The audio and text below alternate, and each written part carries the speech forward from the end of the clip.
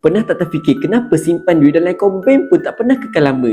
Saya pun sama, dapat saja gaji masuk, saya asingkan dulu kepada simpanan dalam akaun bank A, akaun bank B dan juga akaun bank C. Niatnya untuk simpanan lah. Yang peliknya bila tengok baki banyak je, tapi tangan ni gatal je nak guna. Ada save, beli. Ada makan sedap, tap je. Kawan ajak lepak keluar, keluarkan duit. Dan akhirnya simpanan tu perlahan-lahan habis tanpa saya sedar. Masalah sebenarnya bukan pada simpanan dalam akaun bank, tapi pada emosi kita sendiri bila tengok duit yang banyak. Perubahan ni berlaku bila mana saya tukarkan simpanan duit saya tu kepada simpanan dalam bentuk emas. Emas ni ajar saya 3 perkara penting yang mana simpanan saya tak mudah bocor lagi. Dan tanpa saya sedar, simpanan saya tu nilainya makin lama makin meningkat untuk simpanan jangka masa panjang. Dan yang paling bestnya, saya sendiri seronok mula buat simpanan dalam bentuk emas.